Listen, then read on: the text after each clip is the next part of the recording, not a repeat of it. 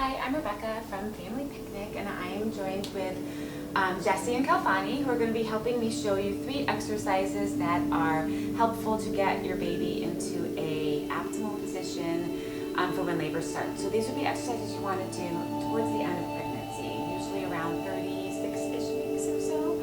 And it's 3 movements. They're called the 3 Sisters of Balance. It's all about balancing the laboring person's or the pregnant person's body in preparation for labor. We know that a baby that's in a more optimal position can potentially help labor progress more efficiently and maybe more smoothly and quicker. So we're going to start with the first, which is a sifting of the belly using a cloth or a scarf that's tightly woven so it doesn't stretch. And it's going to be wrapped around the laboring person's belly so that it's nice and tight. And Jess is going to lean over the birthing ball, just as she would have for any other comfort techniques around her hips. So Kalfani's holding the end of the scarf in his 2 hands, and the first step is just to lift the belly up until Jess says that that's the right amount of tension. That's good. Perfect. And then you're going to kind of rock your body back and forth, and as you do, you're going to stay still though.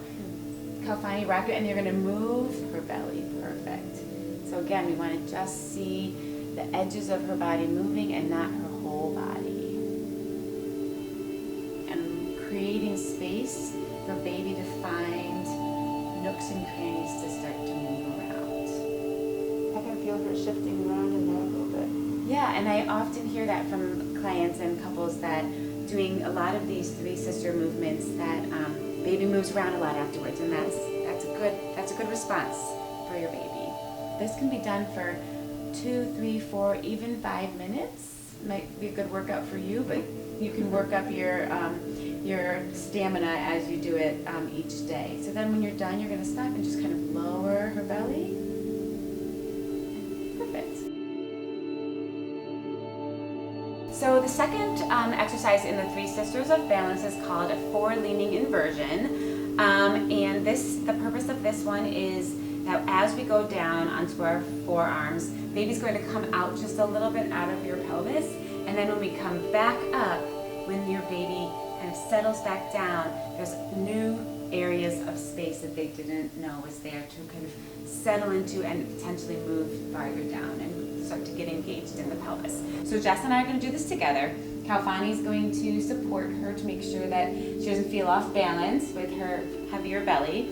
And we're going to do it nice and slow so that we make sure that we feel comfortable. So we're going to come down onto our hands for starters. Once you feel confident there, we're going to come down to your forearms, and then you're going to tuck your head, but don't put your head on the ground. I'm going to take 2 deep breaths in this position.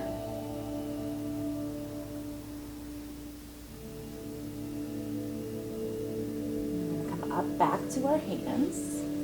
This is where Kalfani, I want you to help Jess back up. So push up.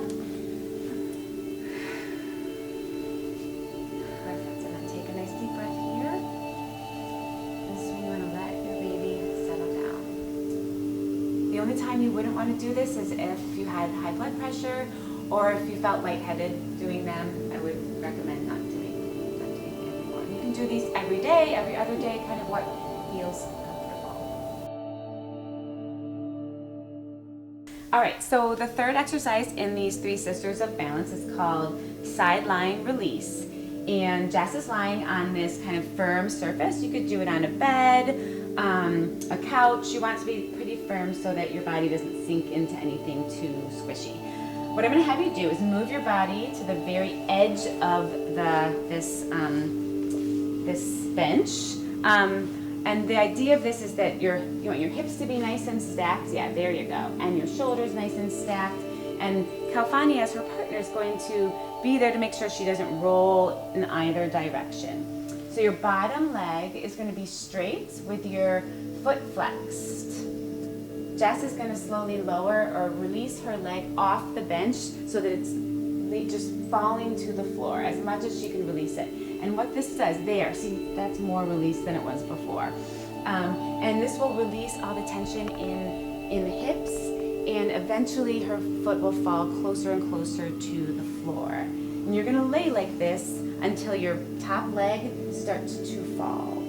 And you'll notice after time that it will fall and eventually even your toe might touch the ground. And the longer you lay there, the longer it releases. Right now it looks like your hips are kind of tight.